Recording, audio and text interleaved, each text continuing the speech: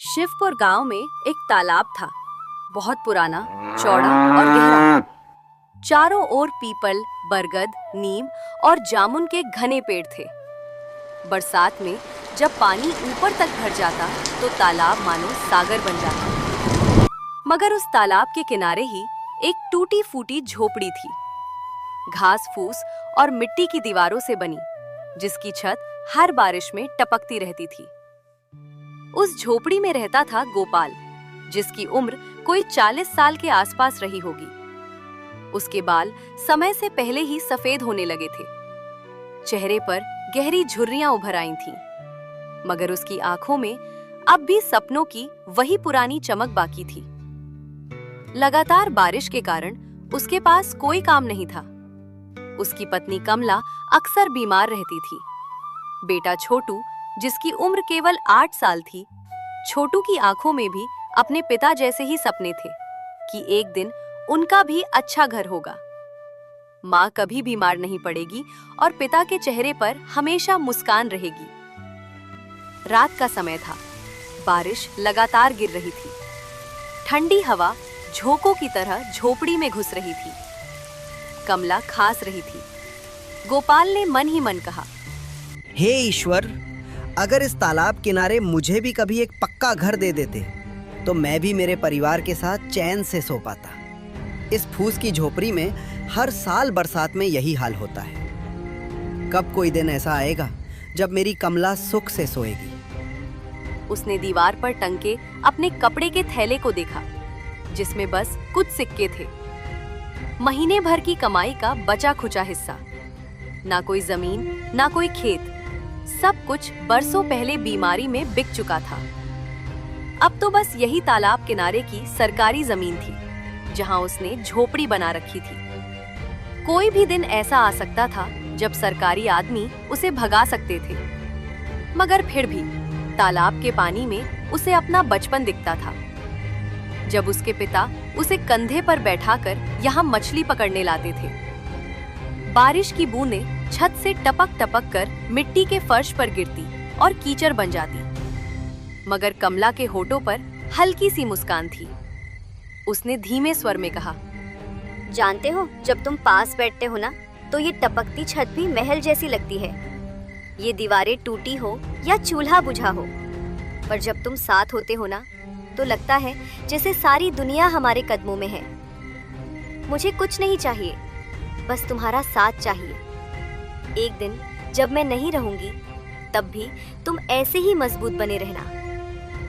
बस एक दुआ है भगवान से, तुम्हें भले ही बहुत ज्यादा दौलत ना दे, मगर एक पक्का घर दे दे, जहां तुम बिना डर के चैन से सो सको। ये बारिश की बूंदें सिर पर गिरे तो ठंडक लगे, डर ना लगे। बस भगवान से यही चाहती हूँ। गोपाल की आंखें भर आईं। उसने चुपचाप भगवान से प्रार्थना की, हे मालिक, तू चाहे मेरी उम्र काट लेना, मगर मेरी बीवी को बचा लेना। कहीं ये बारिश और हमारे जीवन का संघर्ष इसकी जान ना ले ले। ये औरत जिसने मेरे साथ हर दुआ काट लिया, उसके हिस्से में भी तो कोई सुकून लिखा होगा। बरसात की वह रात बीतती रही। तालाब का पानी उठता रहा। कच्ची झोपड़ी की दीवारें भीग कर कमजोर हो रही थी। रात के 11 बज चुके थे। बारिश रुकने का नाम नहीं ले रही थी। छोटू भूख से कांप रहा था। कमला के सामने एक मिट्टी के मटके में सिर्फ पानी था। घर में आटा खत्म हो चुका था। शाम से ही सब बिना खाए पड़े थे। गोपाल का दिल टूट रहा था। उसने टपकती छत की ओर देखा। टीन के टुकड़े भी अब जवाब दे चुके थे। तभी अचानक तेज आंधी आई और उसकी झोपड़ी की छत उड़ गई।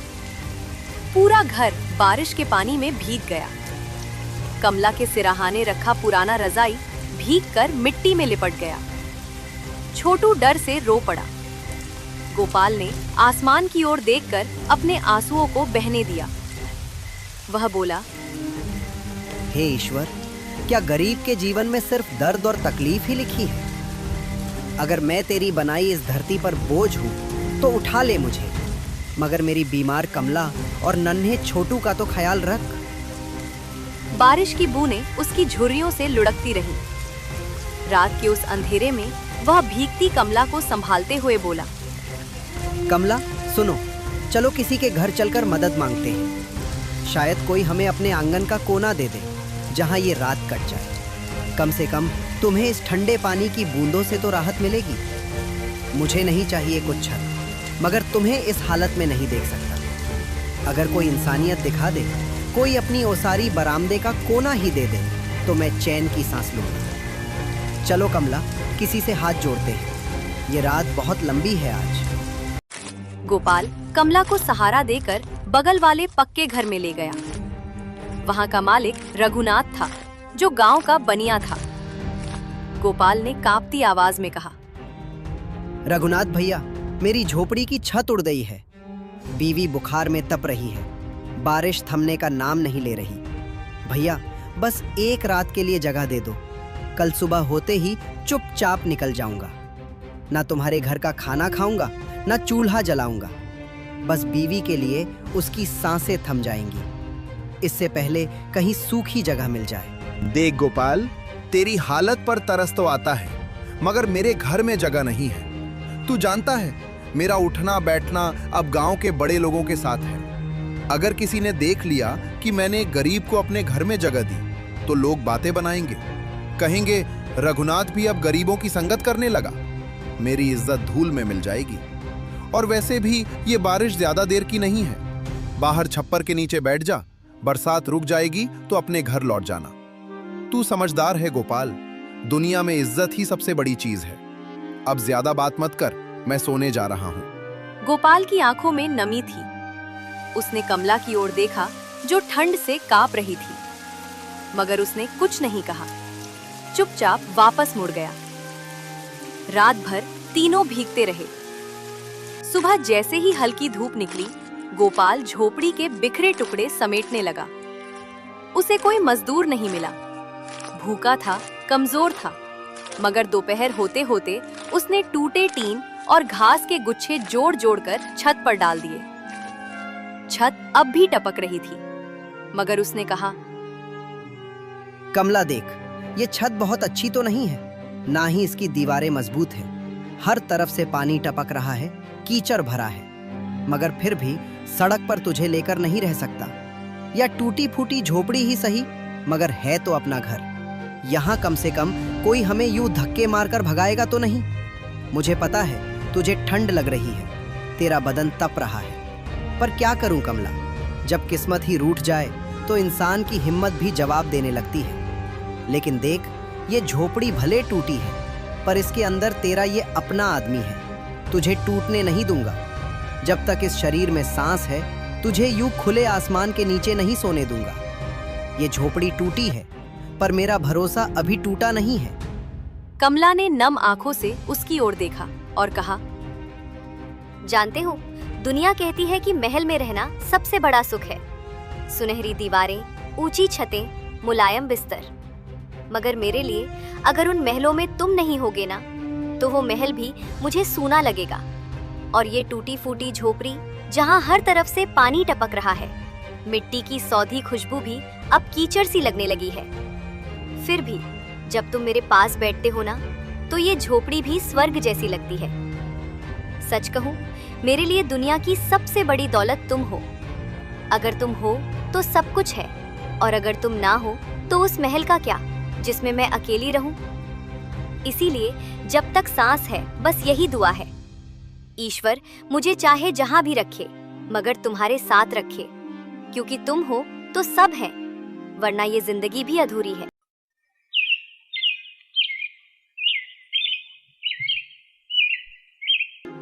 सुबह का समय था। झोपड़ी के बाहर कीचड़ ही कीचड़ था। गोपाल टूटी छत से टपकते पानी को देख रहा था। कमला खांसते खांसते कमजोर हो गई थी।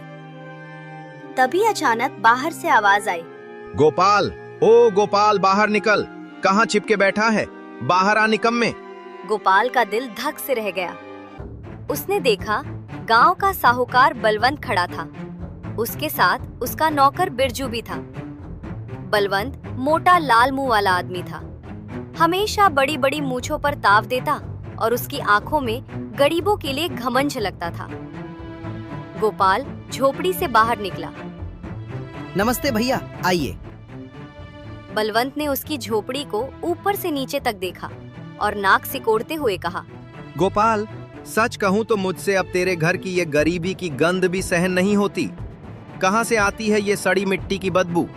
तुम लोग कैसे जी लेते हो ऐसी जगहों पर? खैर, मैं यहाँ तेरी हालत देखने नहीं आया। सुन, मैं पैसे लेने आया हूँ। याद है ना, 2 महीने हो गए तेरी बीवी के इलाज के लिए जो पैसे दिए थे। कहाँ था? 15 दिन में लौटा देगा। अब तो पूरे 2 महीने बीत गए। सोचा था तुझ पर तरस खा लूं, मगर लगता है तरस भी बेकार गया। अब बता, कब लौटाएगा मेरा पैसा, या फिर तेरी ये झोपड़ी भी नीलाम कर दूं? वैसे भी किसी काम की तो है नहीं, मगर कम से कम मेरे पुराने गोदाम के लिए टिन और बांस ही काम आ जाएंगे। भैया देखो, मेरे पास अभी कोई काम नहीं है। गांव में रोजी का भी बहुत संकट है, पर मेरी तबीयत भी कई दिनों से ठीक नहीं चल रही। जिस्म में जान नहीं बची, बुखार उतरता ही नहीं, पैर कांपते हैं, कमर भी सीधी नहीं होती। अब भैया, आप तो बड़े आदमी हो, आपको क्या बताऊं। रोज सुबह सोचता हूं कि कहीं से काम मिल जाए, कोई हाथ पकड़ ले, मगर गरीब का हाथ कौन थामता है। बस 2-4 दिन का वक्त और दे दो, किसी तरह काम ढूंढ लूंगा। कुछ मजदूरी मिल गई तो पहले तुम्हारा कर्ज ही चुकाऊंगा। भैया, गरीब की सांस तो आप जैसे लोगों के ही भरोसे चलती है। बस थोड़ा वक्त और दे दो, फिर चाहे मेरी जान भी ले लेना। 4 दिन और? गरीब आदमी की जुबान का कोई भरोसा नहीं। सुन, 2 दिन का टाइम देता हूं। अगर परसों तक पैसा नहीं दिया तो मैं ये झोपड़ी तोड़वा दूंगा। सरकारी जमीन पर कब्जा कर रखा है, ये भी बता दूंगा पटवारी को। फिर देखना कैसे सड़क पर सोता है तू अपनी बीमार बीवी और बच्चे के साथ। भैया, ईश्वर के लिए ऐसा मत करना। ईश्वर का वास्ता है मुझसे, मेरा घर मत छीनो। ये टूटी फूटी झोपड़ी ही सही, मगर यही तो है जो मेरी बीमार बीवी और बच्चे का सहारा है। अगर ये भी चला गया तो मैं उन्हें लेकर कहाँ जाऊंगा? कौन मुझे अपने आंगन में बैठने देगा? मैं जानता हूँ मैंने देर कर दी कर्ज चुकाने में, मगर क्या करूँ, किस्मत ने कहीं का नहीं छोड़ा। ना काम है, ना मजदूरी, ना ही खेत। बस ईश्वर के लिए 2 दिन का वक्त और दे दो। मैं परसों तक कुछ न कुछ इंतजाम कर लूंगा। चाहे अपनी झोपड़ी का टिन बेच दूं, या बीवी के गहनों के नाम पर बचे पुराने चांदी के कड़े, मगर तुम्हारा पैसा लौटा दूंगा। भैया, गरीब की आह लगती है, मत छीनो मुझसे। ये एकमात्र छत भगवान का वास्ता है। ठीक है, चल बिरजू, आज नहीं तो परसों सही। ऐसे गरीबों को वक्त पर लात न मारो, ना तो ये जिंदगी भर अपनी औकात भूल जाते हैं। इनकी यही आदत है, रोटी के एक टुकड़े के लिए तरसते रहेंगे, मगर मेहनत की जगह रोना रोते रहेंगे। गरीबों को कभी दया नहीं दिखानी चाहिए। लात मारो तभी काम करते हैं। चल देखेंगे परसों क्या इंतजाम करता है, वरना इस झोपड़ी को उखाड़ कर फेंक देंगे और जमीन पर गोदाम खड़ा कर देंगे। साहूकार वहां से चला गया। गोपाल वहीं गीली मिट्टी में बैठ गया। उसकी आंखों से आंसू बहने लगे। छोटू दौड़कर उसके पास आया और बोला, पिताजी, आप चिंता मत करो, मैं कोई काम कर लूंगा। मुझे स्कूल जाने की जरूरत नहीं। मैं खेतों में काम कर लूंगा या फिर साहूकार के गोदाम में बोरी रो दूंगा। मैं दोनों मिलकर पैसा चुका देंगे। मैं रोज सुबह से शाम तक काम करूंगा। बस आप दुखी मत होइए बाबा, मैं बड़ा हो गया हूँ ना, अब मैं भी आपका सहारा बनूंगा।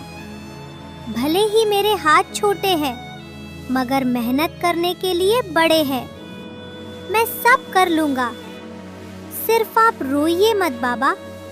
मुझे बहुत दर्द होता है जब आपको ऐसे देखता हूँ। गोपाल की आंखों से आंसू टपकते हुए मिट्टी में मिल गए।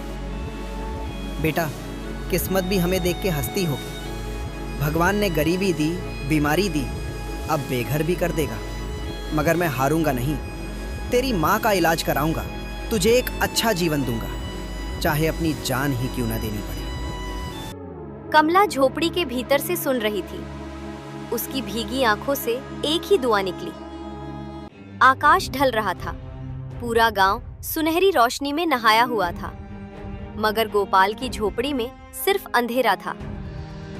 कमला खांसते खांसते सो गई थी। छोटू भी बिना खाना खाए उसकी गोद में सिर रखकर लेट गया था। गोपाल बाहर मिट्टी पर बैठा था, सिर झुका हुआ था, पीठ झुकी हुई थी और हौसला टूट चुका था। हे ईश्वर, अब मुझसे नहीं होगा। साहूकार परसों घर तोड़ देगा। घर क्या, क्या टूटे टिन के टुकड़े और घास फूस की दीवारें भी छीन जाएंगी। कमला को लेकर कहाँ जाऊंगा? उसकी खांसी हर रोज बढ़ती जा रही है। अगर छत भी ना रही तो वह खुले आसमान के नीचे दम तोड़ देगी। छोटू को कैसे पालूंगा? वो तो अभी बच्चा है, उसने तो जिंदगी देखी ही नहीं। उसका क्या होगा? ईश्वर, अब मुझ में कोई ताकत नहीं बची, न तन में न मन में। हर रास्ता बंद कर दिया तूने, अब और नहीं सह सकता। हे ईश्वर, अगर तू सुनता है ना तो बस अब मौत दे दे, मुझे मौत दे दे। इससे पहले कि तेरी दी हुई ये जिंदगी मेरे सामने मेरी बीवी और बच्चे की लाशें रखते, बस मौत दे दे। वह धीरे धीरे बुदबुदाया। तभी दरवाजे पर दस्तक हुई। गोपाल ने चौंक कर सिर उठाया। रात का अंधेरा उतर चुका था। टूटी झोपड़ी के बाहर कोई खड़ा था। उसने बाहर जाकर देखा। अंधेरे में भी चेहरा पहचान गया। सामने उसका बचपन का दोस्त प्रकाश खड़ा था। वही प्रकाश जो बचपन में उसके साथ तालाब में नहाता था, आम के पेड़ पर चढ़ता था और जिसे उसने कभी अपने घर की रोटी खिलाई थी। आंखों में वही अपनापन था, वही गर्मजोशी। गोपाल कांपती आवाज में बोला, प्रकाश, तू यहाँ इतने साल बाद? इतने साल बाद प्रकाश ने उसकी झोपड़ी में कदम रखा। उसकी आंखों में भी नमी थी। गोपाल, मैं शहर चला गया था, मुझे कुछ पता ही नहीं चला। आज जब बाजार में आया तो किसी से सुना कि गोपाल का घर उजड़ गया, तेरी झोपड़ी की छत उड़ गई, पत्नी बीमार पड़ी है, साहूकार रोज धमका रहा है कर्ज के लिए, और लोग कह रहे थे कि गोपाल हार मान चुका है। मैं सुनकर हक्का बक्का रह गया। गोपाल, तेरा नाम लिया उन्होंने तो मेरे पैरों तले जमीन खिसक गई। तू हार मान गया? गोपाल, तू हार मान सकता है? तू जिसने कभी मेरे लिए अपनी पत्नी के गहने तक गिरवी रख दिए थे, तू जिसने खुद भूखा रहकर मुझे खिलाया था, तू जिसने मेरे दर्द को अपना दर्द समझा था, क्या आज तू इतना टूट गया कि तेरी आंखों से लड़ने की आग ही बुझ गई? गोपाल, मुझे वो गोपाल चाहिए जो पूरी दुनिया से लड़ सकता था, जिसके सिर पर चाहे मिट्टी की छत हो या आसमान, मगर सीना हमेशा चौड़ा रहता था। बताओ गोपाल, क्या तू वही है? गोपाल की आंखों में वह दिन घूम गया। कुछ साल पहले प्रकाश के पिता पर शहर में केस हो गया था। जमानत के लिए पैसे नहीं थे। प्रकाश रोते हुए गोपाल के पास आया था। गोपाल ने बिना एक पल सोचे कमला के सोने के झुमके गिरवी रख दिए थे। आज वही प्रकाश खड़ा था। प्रकाश ने अपने झोले से एक थैली निकाली।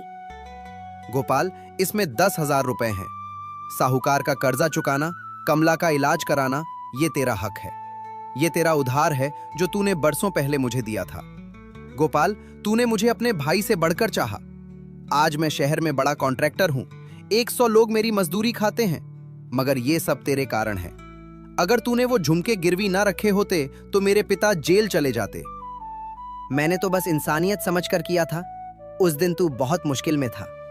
मैंने कमला के गहने गिरवी रख दिए थे, क्योंकि मुझे लगा अगर उस वक्त तेरी मदद नहीं की तो इंसान कहलाने का हक ही खो दूंगा। मैंने तो कभी ये नहीं सोचा था कि तू लौट आएगा भी या नहीं। मैंने तो बस अपना फर्ज निभाया था भाई, मगर आज तूने तो मेरी लाज ही रख ली। मेरी टूटी दुनिया को फिर से जोड़ने आ गया तू। ईश्वर तुझसे खुश रहेगा भाई। गोपाल, दोस्ती में हिसाब नहीं होता, वो तो सौदा होता है जहां हिसाब किताब देखा जाए, मगर दोस्ती वो तो दिल से निभाई जाती है। तूने मेरे लिए अपनी बीवी के गहने गिरवी रख दिए थे। आज अगर मैं तेरे लिए अपना सब कुछ भी दे दूं तो भी कम होगा। अब ये घर मैं फिर से बनवाऊंगा। तेरी ये झोपड़ी नहीं रहेगी, मैं इसे पक्का घर बना दूंगा। ईंट, पत्थर, छत, दरवाजे, खिड़कियां, सब कुछ होगा तेरे इस घर में। कमला भाभी को अब कभी टपकती छत के नीचे सोना नहीं पड़ेगा। छोटू को अब सर्दी में सिकुड़कर सोने की जरूरत नहीं रहेगी। गोपाल, तूने कभी हार नहीं मानी थी, अब भी मत मान। ईश्वर गरीब का इम्तिहान जरूर लेता है, मगर आखिर में उसे कभी अकेला नहीं छोड़ता। ये तू भूल मत जाना। गोपाल की आंखें भर आईं। प्रकाश के दिए पैसों से गोपाल ने सबसे पहले साहूकार का कर्ज चुका दिया। साहूकार पैसों को उलट-पुलट कर देखता रहा। गोपाल के कांपते हाथों से रुपए लेते हुए उसकी बेरुखी भरी आवाज थी। अब तेरा कर्जा खत्म। लेकिन सुन, एक बात हमेशा याद रखना, गरीब आदमी चाहे जितना भी जोर लगा ले, चाहे दिन रात खून पसीना एक कर ले, मगर अमीर कभी नहीं बन सकता, क्योंकि इसकी किस्मत में ही लिखा होता है जितना भी कमा ले आखिर में दौलत अमीर के ही पास आएगी। तू भी यही सोचता होगा ना कि कर्जा चुकाकर चैन की नींद सोएगा, पर याद रख तेरी किस्मत में चैन लिखा ही नहीं। गरीब आदमी तो बस एक कर्जा चुकाता है तो दूसरा सिर पर चढ़ जाता है, और वैसे भी तेरी औकात तो यहीं तक है। अब जा और कहीं से भी रोटी का इंतजाम कर, क्योंकि ये दुनिया सिर्फ अमीरों की है। गरीब तो बस धूल है, धूल जिसे लोग जूते से झाड़ कर आगे बढ़ जाते हैं। गोपाल ने कुछ नहीं कहा, बस मन ही मन ईश्वर का धन्यवाद किया। उसके माथे पर से जैसे कोई भारी बोझ उतर गया था। प्रकाश ने जाते जाते कहा था, गोपाल, जब तक नया घर बनता है मैं तुझे अपने ठेके के काम पर लगा दूंगा। पास के गांव में मेरी सड़क बन रही है, वहां मजदूरों की जरूरत है। सच भाई, मजदूरी मिल जाएगी। हाँ भाई, कमाई कम है मगर 2 वक्त की रोटी के लिए काफी है। और तू चिंता मत कर, मैं तेरे लिए किसी अच्छे से काम का इंतजाम भी करूंगा, लेकिन अभी के लिए तू वहां मजदूरी कर सकता है। गोपाल की आंखों में उम्मीद की किरण चमकी। अगले दिन से गोपाल रोज भोर में उठकर पास के गांव जाता। गर्मी में पसीने से तरबतर, कभी बारिश में भीगता, मगर दिल में संतोष था। घर में अब भी वही टूटी झोपड़ी थी, टपकती छत थी, भीगा चूल्हा था, मगर उनके दिलों में अब संतोष था। प्रकाश हर हफ्ते हालचाल लेने आता और कहता, गोपाल, बस कुछ दिन और फिर तेरा पक्का घर खड़ा होगा। मैं बस पैसों का इंतजाम कर रहा हूँ। कुछ महीनों बाद गांव में सरकारी अफसरों की गाड़ी आई। गांव के प्रधान ने सबको बुलाया और घोषणा की, सरकार ने फैसला किया है कि तालाब के किनारे जो इतनी बड़ी जमीन बंजर पड़ी थी ना, जिसका अब तक कोई उपयोग नहीं हो रहा था, वो अब गांव के गरीबों को दी जाएगी ताकि वो अपना पक्का घर बना सके। अब किसी को भी बारिश में भीगने की जरूरत नहीं पड़ेगी, न ठंडी रातों में कांपना पड़ेगा। हर गरीब को जिसके पास रहने को छत नहीं, उस जमीन पर घर मिलेगा। इस बार पंचायत में जो सूची बनी है उसमें तुम्हारा भी नाम है। हाँ गोपाल, अब तेरी झोपड़ी नहीं, तेरा पक्का घर बनेगा, वहां ईंट का घर, जिसकी छत मजबूत होगी, जिसमें तेरा चूल्हा भी जलेगा और तेरी बीवी को भी चैन की नींद आएगी। सरकार चाहती है कि कोई भी इंसान बेघर न रहे, तो सब लोग तैयारी करो, अब तुम्हारे अच्छे दिन आने वाले हैं। गोपाल की आंखों से आंसू बह निकले। हे ईश्वर, तू कितना दयालु है। सच में मैं तो सोच भी नहीं सकता था कि मेरे जैसे गरीब इंसान पर भी तेरी ऐसी कृपा होगी। तेरे दर से कभी खाली हाथ नहीं लौटाया किसी को, और आज तूने मुझे भी सुना। अब मुझे और क्या चाहिए? मेरी बीवी को एक पक्का घर मिल जाएगा, मेरा बेटा भी अब ठंडी जमीन पर सिकुड़ कर नहीं सोएगा, उसकी पढ़ाई भी होगी, उसका भविष्य भी बनेगा। हे मालिक, तेरी इस नेमत के आगे तो सारी दुनिया की दौलत भी छोटी लगती है। बस यूं ही अपनी दया दृष्टि बनाए रखना, मुझे और कुछ नहीं चाहिए। बस इतना कि जब तक जीऊं तेरा नाम लेता रहूं और अच्छे कर्म करता रहूं। उस दिन शाम को छोटू के साथ बैठकर गोपाल ने सूखी रोटी खाई। उसने आसमान की ओर देखा। आकाश ढल रहा था, ठंडी हवा चल रही थी। पास ही कमला खांसते हुए भी मुस्कुरा रही थी। गोपाल के होठों से बस यही निकला, कितना भी कम दे मगर सुकून दे दे, बस यही बहुत है।